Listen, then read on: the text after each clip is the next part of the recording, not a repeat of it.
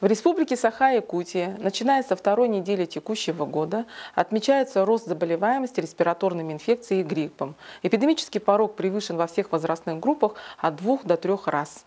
В связи с чем в 7 районах республики и городе Якутске введены ограничительные мероприятия, приостановлен учебный процесс. Кроме этого, приостановление учебного процесса также было введено в некоторых школах 17 районов республики.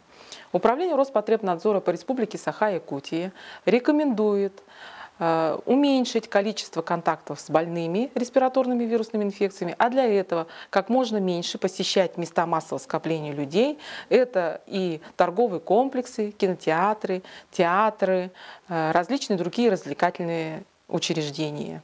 Это та мера, которая позволяет каким-то образом предотвратить заболеваемость детей в этот период, но очень хотелось бы заметить следующее. В школах-то занятия отменяются. Вот мы специально провели рейд по различным клубам. Вот. И если проходит такая массовая акция по городу, что даже отменены занятия, то, вероятно, все-таки не должны работать клубы, где детей очень много, наверное, кинотеатры и так далее. То есть массовые мероприятия должны быть в какой-то степени ограничены. Вот я думаю, что это не позволяет тоже карантину прекратиться раньше, чем вот он сейчас есть. Все-таки 3 недели карантина – это достаточно большой срок.